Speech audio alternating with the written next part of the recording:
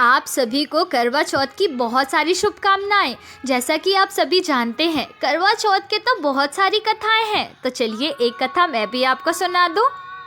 करवा चौथ की पौराणिक कथा के अनुसार एक समय की बात है, जब नीलगिरी पर्वत पर पांडव पुत्र अर्जुन तपस्या करने गए थे। तब किसी कारणवश उन्हें वहीं रुकना पड़ा। उन्हीं दिनों पांडवों पर गहरा संकट आ गया। तब चिंतित व शोकाकुल होकर द्रौपदी ने भगवान श्री कृष्ण का ध्यान किया तथा कृष्ण के दर्शन होने पर पांडवों के कष्ट के निवारण हेतु उपाय पूछे। तब कृष्ण जी बोले, हे द्रौपदी, मैं तुम्हारी चिंता एवं संकट का कारण जानता हूँ, जिसके लिए तुम्हें एक उपाय करना होगा। जल्द ही कार्तिक माह की कृष्ण चतुर्थी आने वाली है। उस दिन तुम्हें पूरे मन से करवा चौथ का व्रत रखना होगा।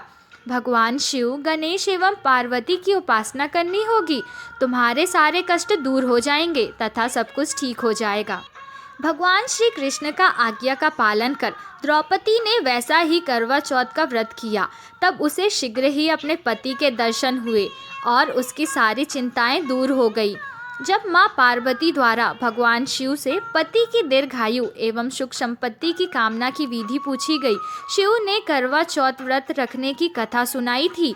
करवा चौथ की इसी कथा को कृष्ण ने द्रौपदी को सुनाया था। तो चलिए वह कथा क्या है हम भी जान लेते हैं।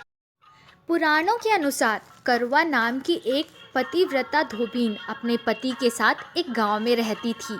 साथ ही वह अपने पति के साथ वहां अपना कार्य करती थी।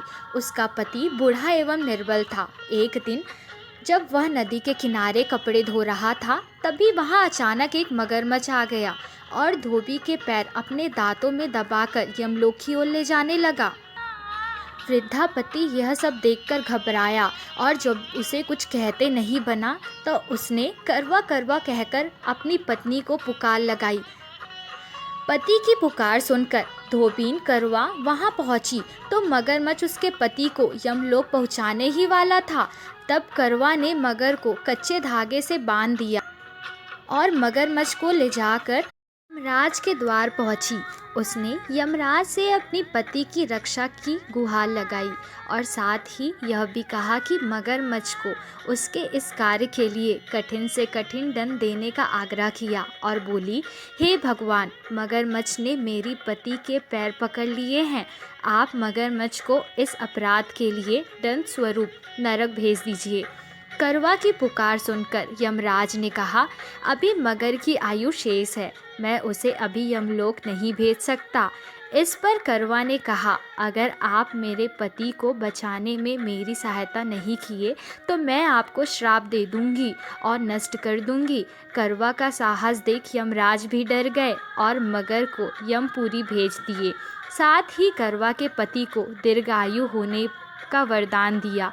तब से कार्तिक कृष्ण की चतुर्थी को करवा चौथ व्रत का प्रचलन शुरू हो गया, जिसे इस आधुनिक युग में महिलाएं अपनी पूरी भक्ति भावनाओं के साथ करती है और भगवान से अपनी पति की लंबी उम्र की कामना करती है। आप सभी को करवा चौथ की फिर से बहुत सारी शुभकामनाएं और मैं आशा करती हूँ भगवान भी करवा माता के जैसे आपकी पुकार जल्द ही सुन ले।